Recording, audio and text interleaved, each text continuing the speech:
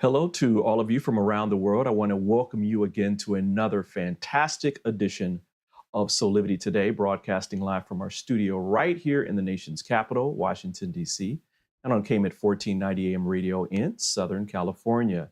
Of course, you know me. It's another Monday. I'm Brian Westley Johnson. And again, we have a great show coming up. But let's jump right in because I have a very special guest I want to introduce to you in just a moment. You know, here in the United States, there is an unprecedented amount of legal cases that are around our country that are of importance to all of us, from things happening here in Washington, D.C., to other actions in different states. It's hard to keep up with all of it. That's why today we're going to focus our attention on some of them to help navigate the sheer amount of all these different proceedings. You know, we totally get that it's easy to get lost in the avalanche of all these different news stories, whether the details, but it's important for us here at Soulivity to make sure that you're empowered with fact-based information so that you can be totally informed when you may need to make decisions about your elected officials or even political issues. Now, as I said earlier, we have the absolute perfect guest to help us today. But let's learn a little bit more about her. Asha Rangappa is an assistant dean and senior lecturer at Yale University's Jackson School of Global Affairs and a former associate dean at Yale Law School. Now, Asha served formerly as a special agent in the New York division of the FBI, specializing in counterintelligence investigation. Now, her work involved assessing threats to national security, conducting classified investigations on suspected foreign agents, and performing undercover work. And while she was at the FBI, she gained experience in intelligence tradecraft, electronic surveillance, interview and interrogation techniques, and firearms and the use of deadly force. Now, while at Yale, she teaches courses on national security law, Russian information warfare, and leadership and ethics. And she's also the author of The Freedom Academy, an online Substack publication about disinformation and its impact on democracy. Now, her long list of opinion pieces include being published in the New York Times, The Atlantic, and The Washington Post, among others, and she's a legal contributor for ABC News. She's also the editor for Just Security and is a member of the Council of Foreign Relations. You can catch her It's Complicated podcast with fellow legal eagle Renato Mariotti every week on Apple, Spotify, and many other podcast distributors. You don't want to miss it. And we'll want to welcome Asha Rangappa to Soulivity Today. Good morning to you. Good morning, Brian. Thank you for having me. Absolutely, absolutely. I have been looking forward to this for such a long time. I will say that I'm a fan. I'm an open fan of your legal analysis.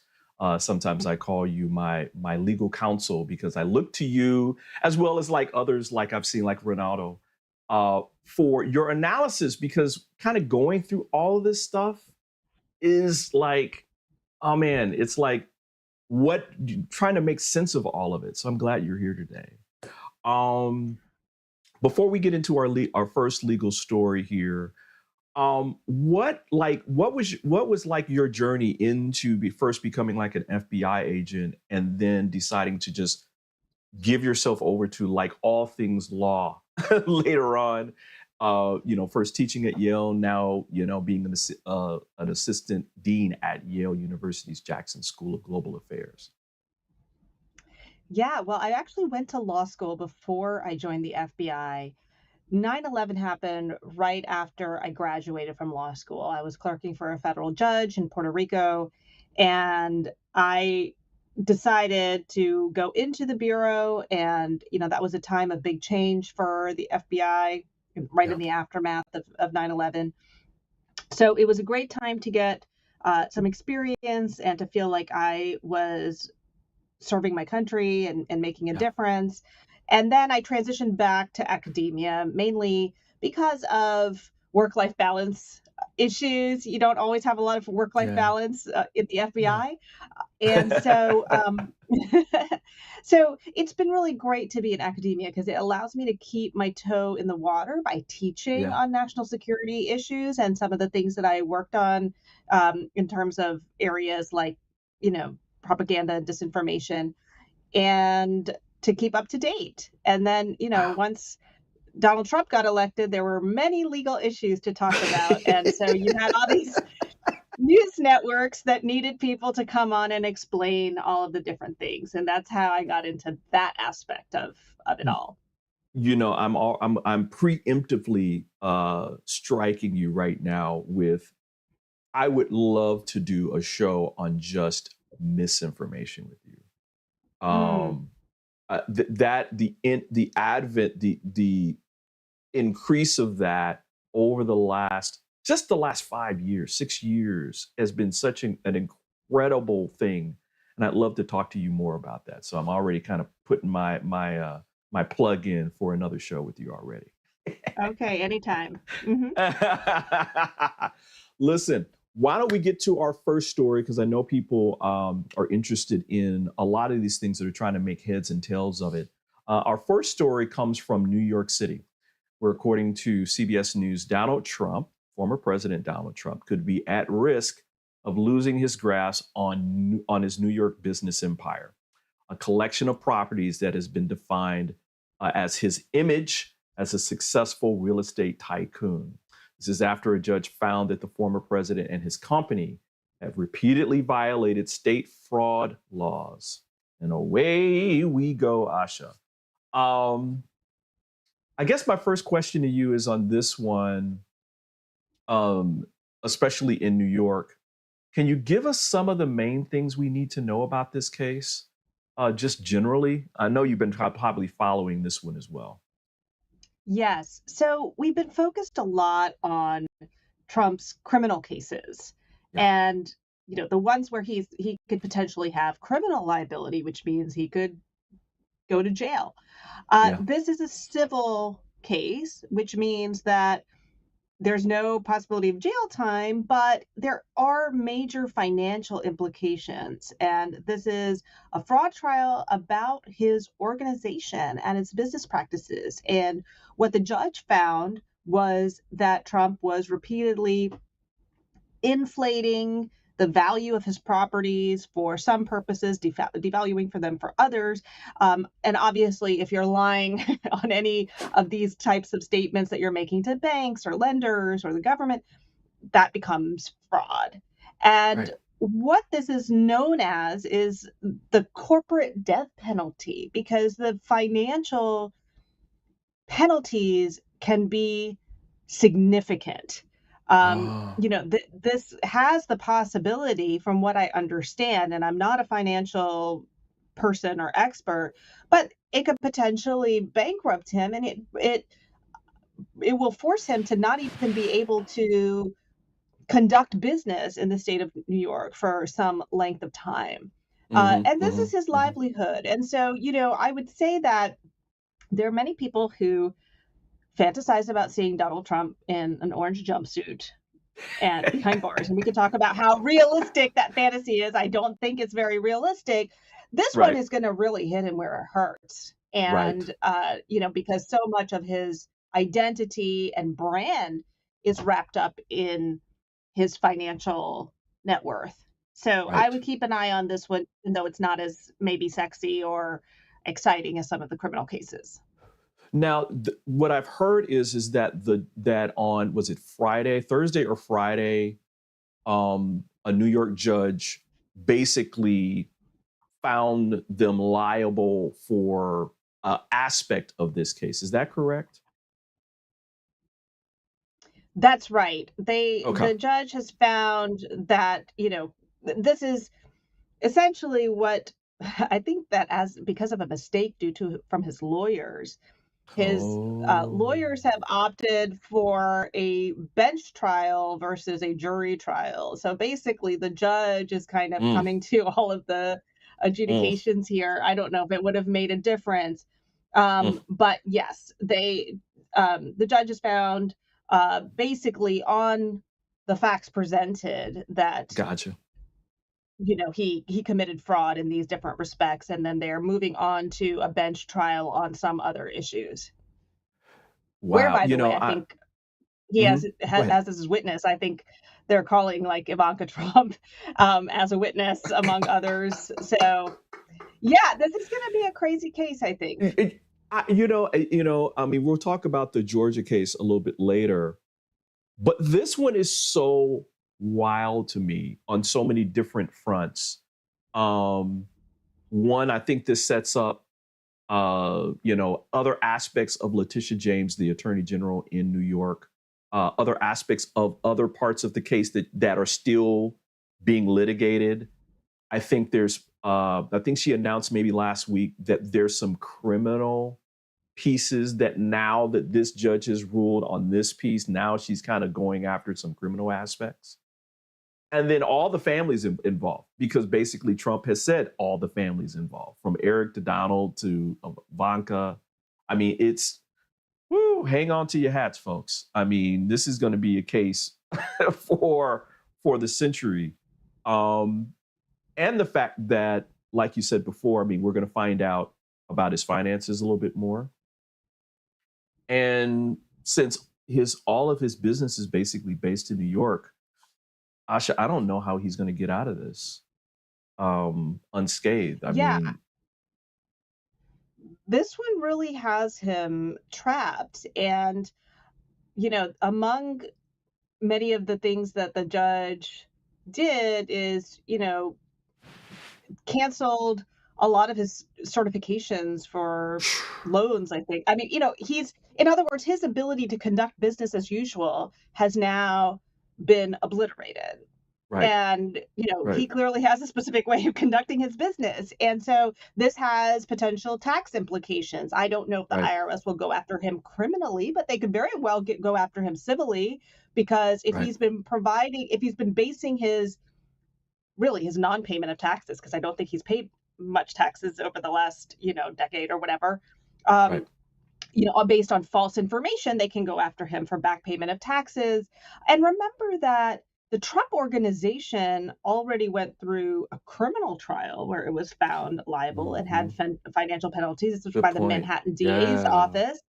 And Trump himself is under criminal indictment by the Manhattan DA for the Stormy Daniels um, payment scheme, which involved kind of these types of internal business practice shenanigans of kind of trying to conceal it. So there's, this whole thing I think is of a piece of stuff that's come before. And Yeah. again, I'll just repeat that Trump really cares about not just his money, but how people perceive Save him. his wealth and as Right. as a businessman. So this is, I think, a huge blow for him. Mm. Woo. Well, again, we're gonna stay on top of this one, because I think everybody needs to know these types of facts, because the former president has put this out here that you should trust him and what he's saying and everything that he does because of his business acumen, right? And so this is all out in front now, and now we're having all the civil cases and even probably pending criminal cases around this. Um, that is important. So that's why we're talking about this today. This is just not a political conversation, everybody. This is an informational and informative conversation for you. So thanks, Asha, for this first one. Listen, we're going to take a quick break, but we got more of Soulivity today coming up. So stay tuned. I got more with Asha Rangappa right here on Soulivity TV. We'll be right back in about 2 minutes. Soulivity Today is brought to you by Happy Travelers Tours and Old Vine Wine Tours.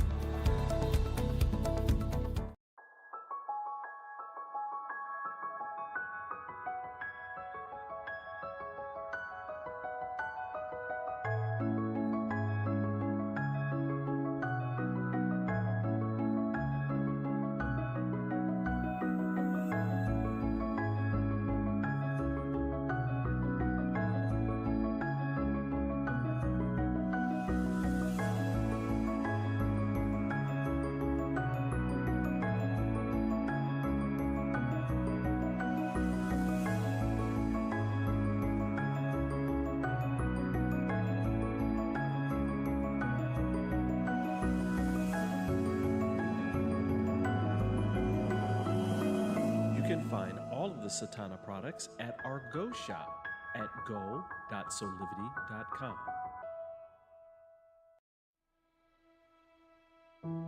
Have you ever asked the question, if I was to be anything, what would I be? Regardless of money, regardless of status, beyond popularity and fame. Living your passion, feeling your life has purpose. Soulivity is a space to nurture that which lives in all of us. A place where work can become play, and doing what we love creates the dreams of a lifetime.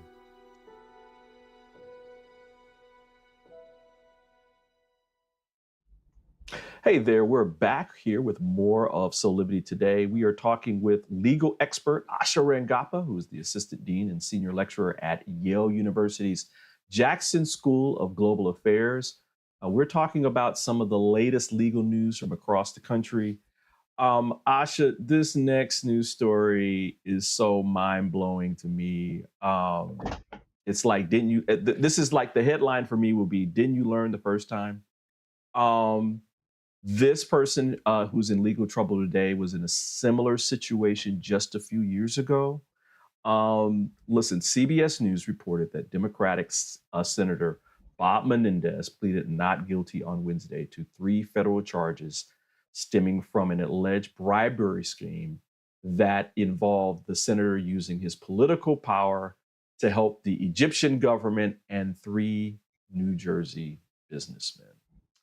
I'm trying to remember the previous case. Do you remember the previous case, Asha? Like, I think it was 2016, 2017, something like that. It was 2017, and it also involved bribery charges, though I'm not clear on the details. Yeah. I don't think it was with a foreign government. We can talk about this, right. but right. but he skated on that because there was a hung jury, and it is astonishing. And by the way, I learned a detail about Senator Menendez that he got his seat because he had testified at a racketeering trial for the person who previously held. Are you serious? Seat. Are you serious right now? Yeah, I did not know that. He had been a witness in a racketeering case in a former senator, then he got the seat, and then he got charged. So this is, I mean, I don't know, maybe this is just politics as usual in New Jersey. I'm not really sure. But yeah, so he got off in 2017.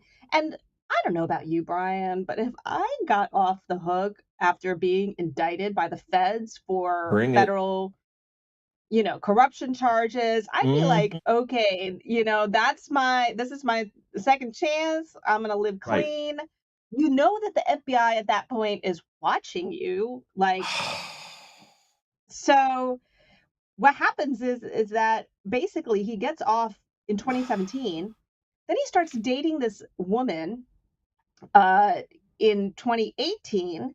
And she kind of gets him involved in more shenanigans, where basically this involves a few different subplots. One is that the then girlfriend, now wife, he married her a year later. Okay, I was about to ask, because I was going to say. Yeah. That would have been some soap opera stuff. Yeah, becomes an intermediary between Menendez and officials of the government of Egypt, where he's basically, so remember that Senator Menendez was the chair of the Senate Foreign Relations Committee. This is a very powerful position. Powerful. Yeah, very powerful position. And especially what this allows him to do is to basically place holds on or release military and foreign aid to foreign countries. So, the executive branch will negotiate things, but basically money is appropriated by Congress, and he's sort of the person who can kind of, I guess, open or close the spigot, if you will. Okay. So this, he's a person that would be of interest to a foreign government to have in their pocket, and they apparently did.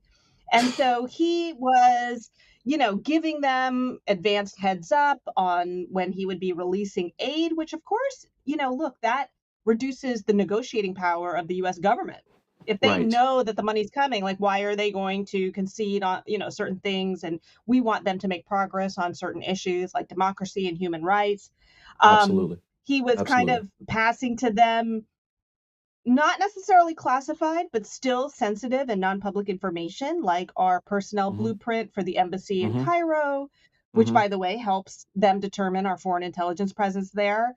Right. He was giving them heads up on questions that his colleagues in the Senate might be asking them if they, are talking to them. I mean, a lot of craziness. And then, meanwhile, back at the ranch, he was doing stuff at home. He was trying to intervene in criminal prosecutions, both at the state and federal level, with other people with some New Jersey businessmen who were also, among other things, buying his wife a luxury vehicle and paying them a lot Right. of money. Right. So just all around this, I mean, it's Yeah. crazy stuff. And the indictment, it's worth reading. I could see it becoming a movie. It's kind of, you want something sexy, that whole indictment is kind of crazy. But I don't think that he's going to get off on this a second time. Yeah. I think for most people who have at least some kind of common sense, it's like, when he says, "Oh, I'm not guilty," but you've got $400,000 in cash just sitting in your home just for an emergency, along with what I think $100,000 in gold bullion just sitting there. It's like, really, man, really, really. I don't know, Brian. Don't Um, you have a bunch of gold bars just sitting under yeah, your hang bed? on. Let me show you one. Hang on. Let me. I mean, it is literally insane. Like, I, I don't know what's Well, on these people's minds sometimes. I really don't. he made a public statement where he claimed that he had, hundreds of thousands of dollars stuffed in envelopes because of his upbringing as, I guess, the son of Cuban immigrants, and this is what his parents did. The problem is that the indictment says that the envelopes had fingerprints of at least one of the other defendants he's accused of paying him. So he didn't have any explanation for that. He didn't mention the gold bars. And also, Brian, I'm just going to give a PSA to you and your listeners. If you're under Go for it. federal Go for it. indictment, don't make a public statement about anything, especially about any evidence that might be used against you in the case. Because, by the way, that's now his story and he's locked in. He has no wiggle room now for.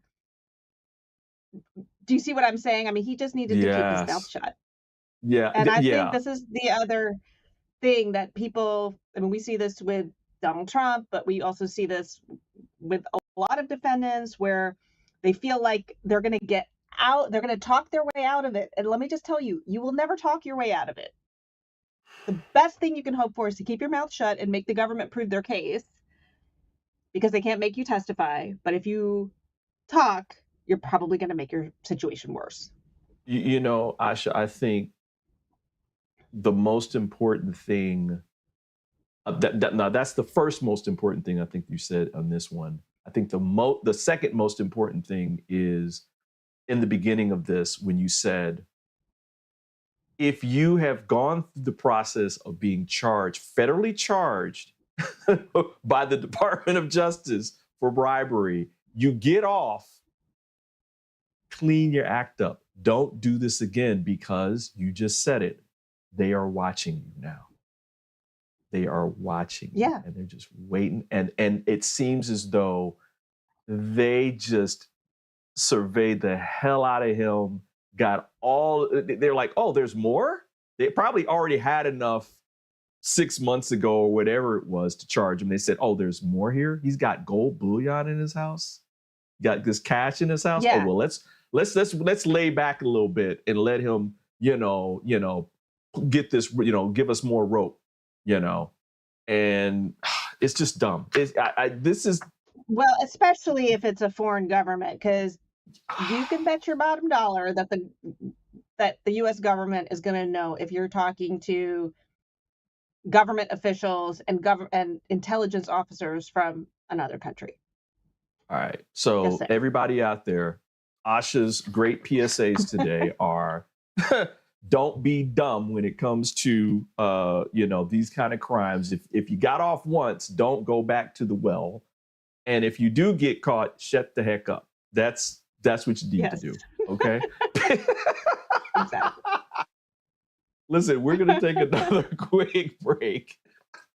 But we got more of Soulivity today. We got a couple more cases to talk with Asha about. So we'll be back in a couple of minutes. 6 years ago, when I started Soulivity, my vision was to support everyone in improving their life through the discovery of their passion and purpose, so they could become the best version of themselves, to battle fear and ignorance, and create a better world today. Get inspired to live your passion and purpose. Visit Soulivity.com now. Do you see me kneeling on this dual roller called Parasetter? It's actually comfortable because of this channel and the softness of the special foam. It feels like my kneecaps are being massaged. When I lie down, my spine is housed in this channel, while the convex rollers massage my muscles. They let go and lengthen. There's a traction effect from my head on the headrest and my mid-back from the rib wrap, which hugs me. When I start the breathing sequence, I feel calm because my cortisol levels are dropping. Lower cortisol means bye-bye constant hunger. Parasetter is 40 inches long and much more comfortable than old-style rollers, but it weighs only 10 ounces. Parasetter, just like Pilates was, is no longer an insider secret. Do yourself a favor. Reset your parasympathetic nervous system. Defeat stress. Lying, sitting, kneeling, or standing. This unique patented roller helps everyone.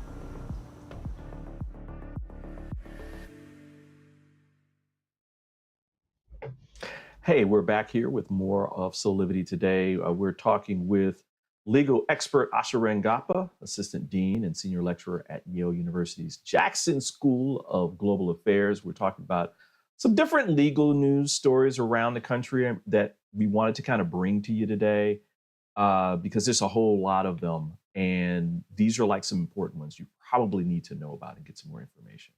I'm still laughing about the last story, Asha.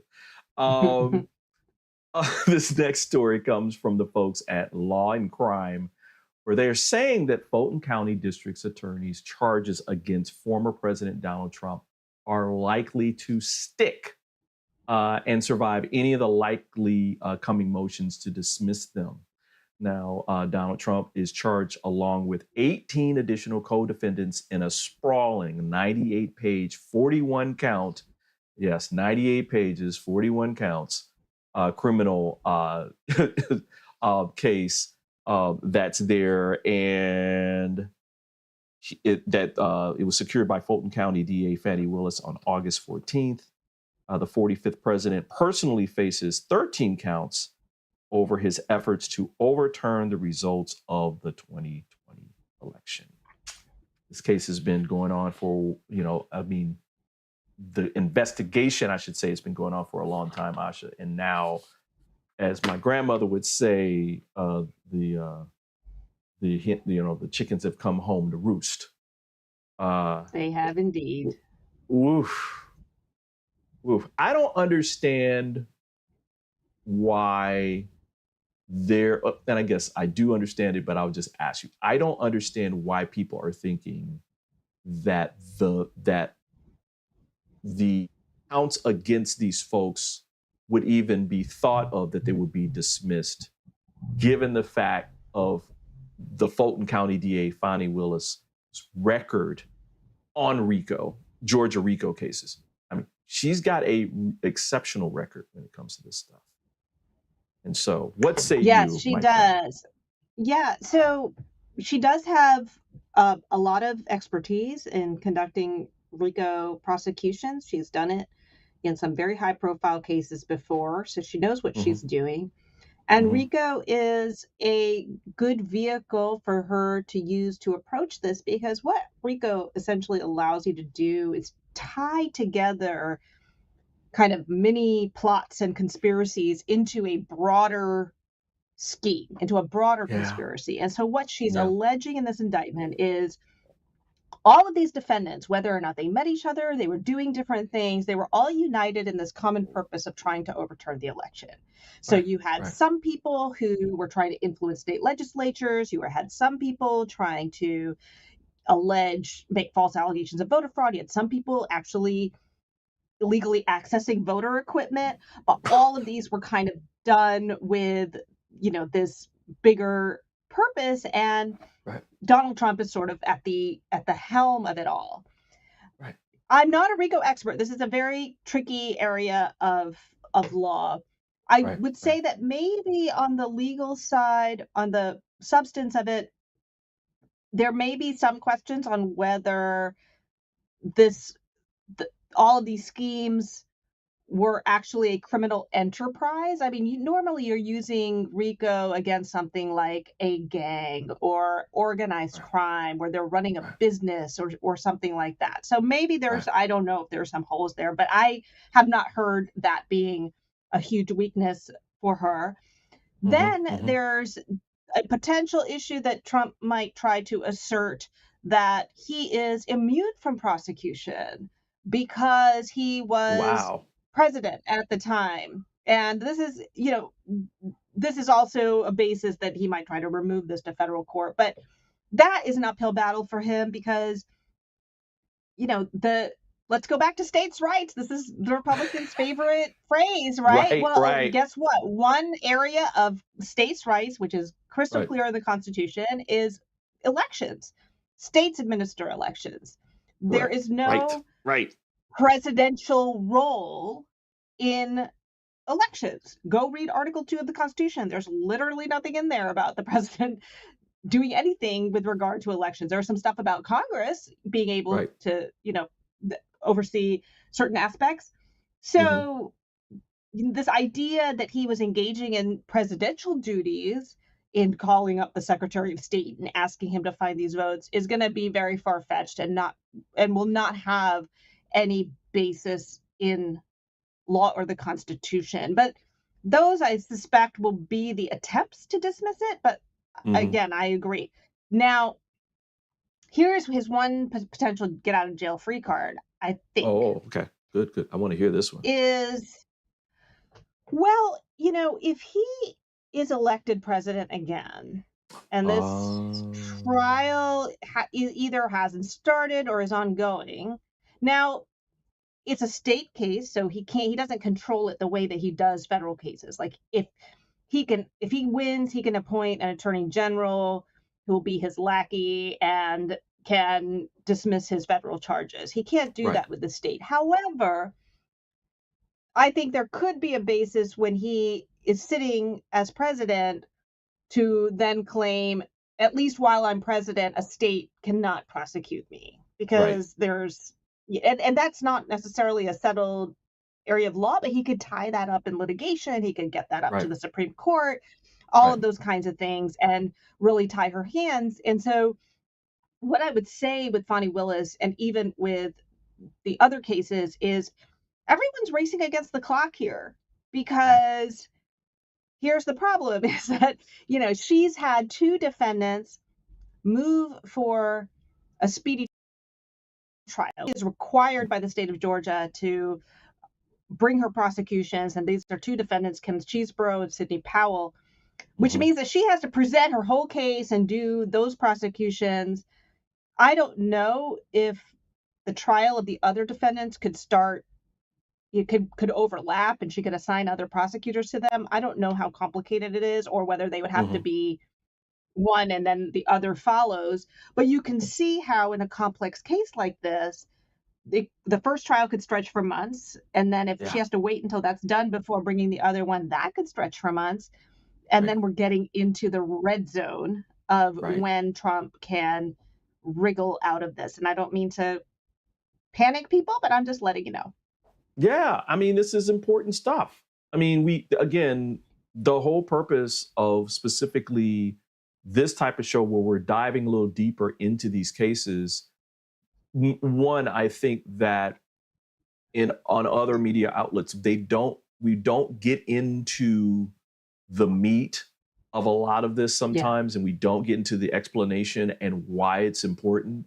And that here's a situation that I think the founders never thought of, that, oh, well, there's going to be a criminal case in the state that could affect, the outcome of a presidential election.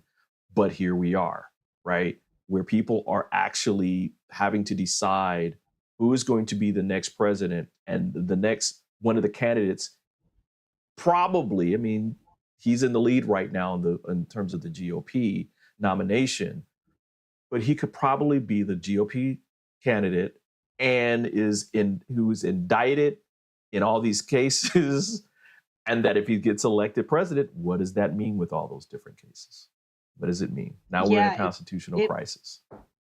that is exactly what it's called. It's called a constitutional crisis. These are questions that you really don't want to be in a Yeah, place where you're having them resolved. Ideally, the guardrails that were in place should have prevented this from happening, right? That right, right, I think the framers anticipated that the voters would not vote for someone into office who has this kind of, that they would be looking at things like character and ability to serve or whatever. right, And then if they failed and they tried to elect, a cookpot, that there would be the electoral college and that would be a buffer. And then if that failed, that there would be impeachment and you could remove the person and even right, disqualify them from holding office again. And that didn't right, happen.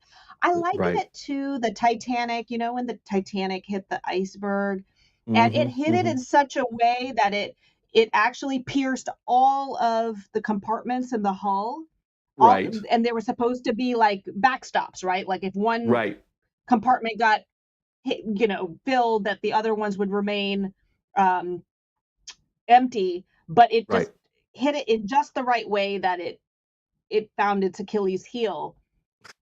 I don't know. Trump is like the Achilles heel. Like he has managed to pierce, our system in such a Right, way that all of these guardrails have fallen flat. And so now we're left right. to the criminal justice system, which is actually a very poor tool to Yes, hold a president or former president accountable for acts that he committed while in office. It's just not right, meant for that. right. Absolutely. Wow. I these It's next crazy town. this next 12 months are going to be, I can't even think of the word right now. It's more than crazy. It's more than like anything I can think of right now, because again, the sheer amount of cases that involve him, and it'll be a presidential election, right? I mean, he's already out here Mhm. talking some other crazy stuff, but we won't go into that right now. Well, and can we just set aside that all of these have not derailed him from being the presumptive nominee? The other Absolutely guardrail not. is usually the political parties themselves who say, guess Right. what? We're not going to back someone who is facing 91 felony indictments as our Yes, front runner. yes. Mm, mm, mm, mm, mm, mm. Now, speaking of crazy, let's go to this next case, this last one, where the Washington Post gives us this last story where, as the government shutdown looms, the Republican-led House impeachment inquiry of current President Joe Biden commenced on Thursday in a bid to legitimize the formalization of an investigation that has yet to unearth any damaging evidence that the then vice president profited from his son's work in Ukraine and elsewhere. Talk about crazy town, Asha. Did you watch any of the hearings last week at all for this one? I watched some clips of basically the Republicans on the committee getting obliterated because all of these very well prepared Democratic representatives came with receipts and Right. exculpatory evidence and questions that they were unable to answer. This is the flip side of what I said before about the guardrails of democracy, that we have all these backstops. Is we're in a period now, not just in the United States, but also worldwide, where we have the rise of what are called, or what have been dubbed, electoral autocracies. And so these are autocracies that have the trappings of democracy, things like quote unquote free elections or, parliaments, but they all are there to consolidate power and help an autocrat. And so we see this, for example, in Putin's Russia. We're seeing this in even Modi's India. Right. Yes. And Yes. so Yes. what these countries do is they weaponize democratic processes in a way that actually subverts democracy. And we see this in the impeachment proceeding. Like I said, impeachment is an important function. It's a political function intended to remove someone from office who has engaged in high crimes and misdemeanors. Right. And normally, as we've seen in previous impeachments, going back to the evidence that was being gathered against Nixon, even Clinton, as political as that was, that followed a lengthy investigation by an independent counsel. In other words, an investigation that led to evidence, and then that evidence was used as a basis. Right. Here, it's backwards, right? Because there's been an impeachment inquiry to find the evidence. Right. It's like a fishing, like we're going to just dig around and see. And that's just not how it works. And so, Right. So there was no full House vote. There's no clear case that's actually being investigated. And it's really unclear. I'm not even clear exactly what the allegations are, except that Hunter Biden made a lot of money at a time when Biden was not even in office, and somehow there's like it seems like a attempt to create some guilt by association, even though I don't even know that making a lot of money is like necessarily illegal. Like what's the allegation? They haven't been able to substantiate that. And look, if they can, then impeach him. I don't know. I mean, but you have to meet a threshold that someone engaged in an abuse of power or a high crime and misdemeanor before you take this step. And so I really see this as a weaponization of one of our democratic processes. Yeah, I thank you for this. Thank you for broadening it out, right? Where people can understand, again, the reason why we're kind of covering a political story, but more from an empowerment standpoint, where you need to know the greater implications and what's happening in the world around things like this, right? When I look at this case, Asha, I number one, they supposedly spent 9 months investigating. And that is our tax dollars at work, right? So that's money that just kind of went into the ether somewhere because there was no real evidence brought out during the case. Two, and I think more importantly, let's set aside that Joe Biden is our current president. Let's set aside that he was vice president. He's a father. And here's a son that was going through a time at which he was abusing drugs like crazy and doing some really crazy stuff in concert with all that. I'm sure as a former FBI agent, you probably saw this, where a person who gets in trouble in this way, there's always ripples from that, right? Mhm. And so here's a father trying to help his son, not illegally, not anything like that, but trying to support his son in cleaning his life, getting his life together. And here's all this other stuff that comes out that has right now, as we know, has no criminal basis, but now it's being used in a political way to try to gin up whatever. Because again, to your point, we don't even know what charges they're alleging, right? Because they have not put forth what the charges are in their impeachment hearing. So it's just, And for me, it's just crazy. Yeah, go ahead. well, and I think the other piece to remember, and I wrote about this Mhm, for Preet Bharara's newsletter, Cafe mhm, Insider, last month. mhm. The outcome isn't the goal here.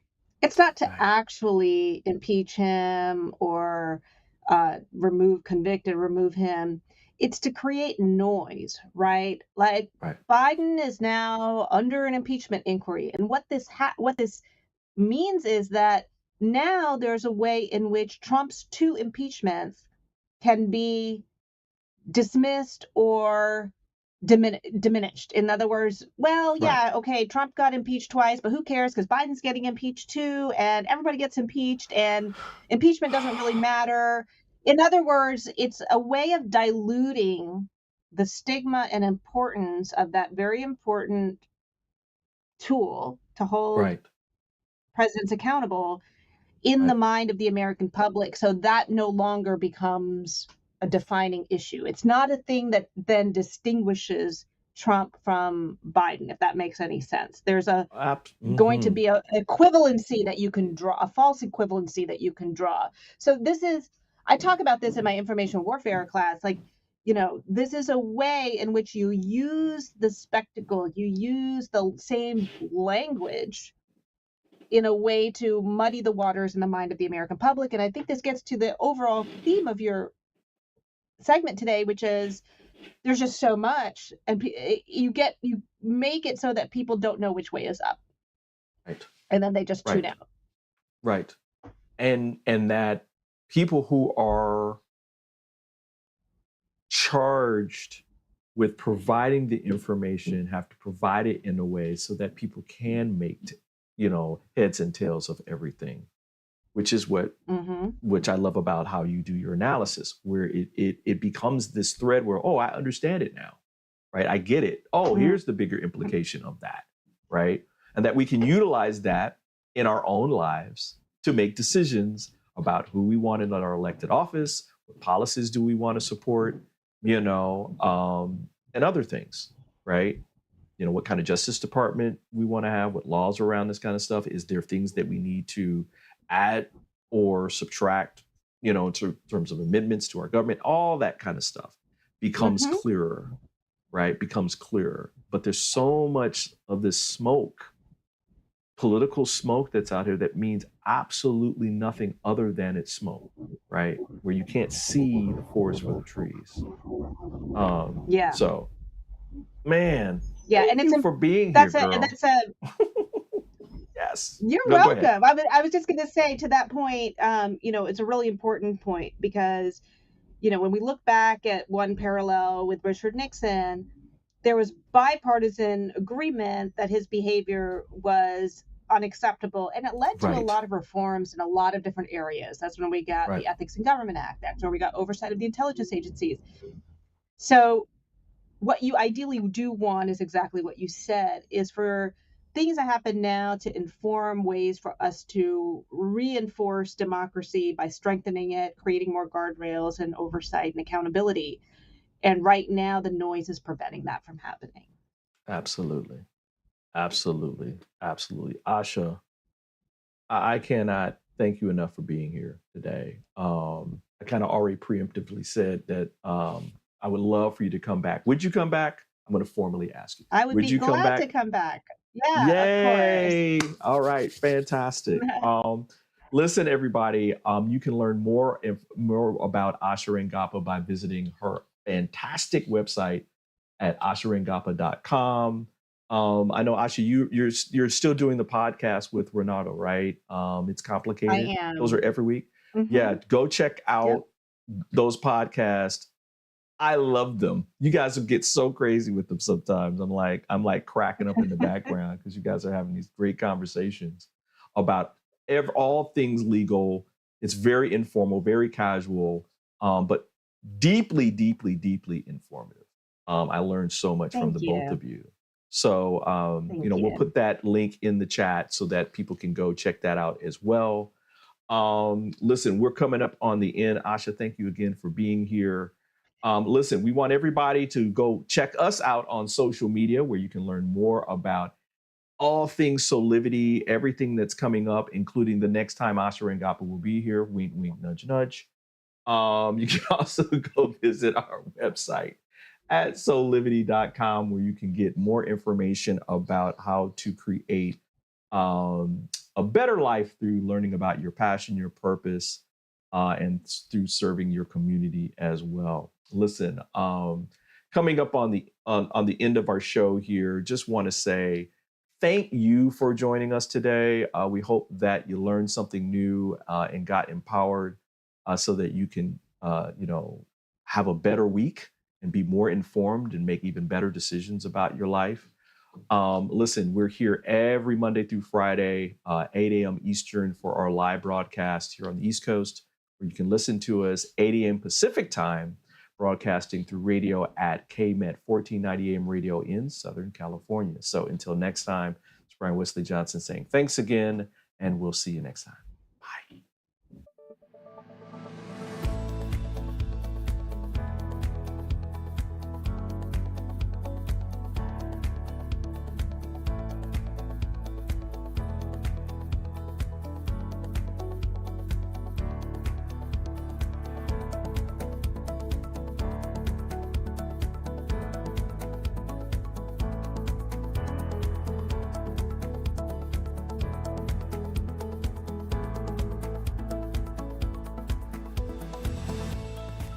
This work is subject to copyright owned by Affinity Global LLC. Any reproduction or republication of all or part of this is expressly prohibited unless Affinity Global LLC has explicitly granted its prior written consent. All other rights reserved.